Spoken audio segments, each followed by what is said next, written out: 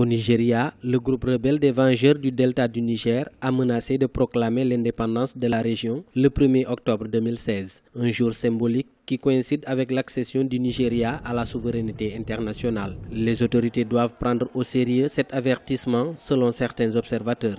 C'est une déclaration donc tout à fait solennelle et symbolique parce que choisir la date de l'accession à la souveraineté internationale du Nigeria pour faire sécession va au moins frapper les esprits. Depuis toujours, ils ont menacé de faire sécession et de proclamer l'indépendance. Donc cette fois peut-être la nouveauté, c'est le choix de la date, symbolique donc du jour de l'indépendance pour le faire. Mais ce sont des gens qui se sont toujours battus pour obtenir une accession ou bien une répartition équitable des richesses de cette région du Nigeria.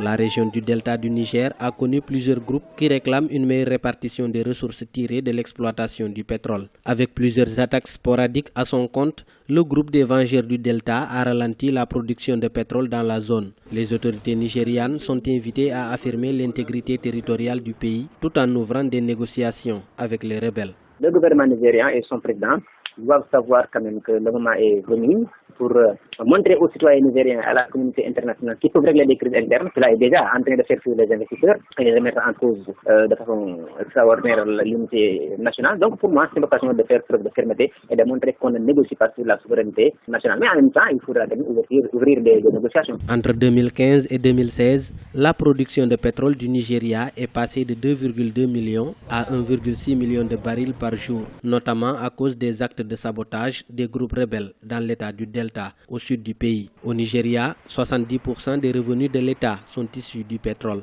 En plus des conflits armés, le gouvernement fait face à la crise économique causée par la baisse de la valeur du Naira.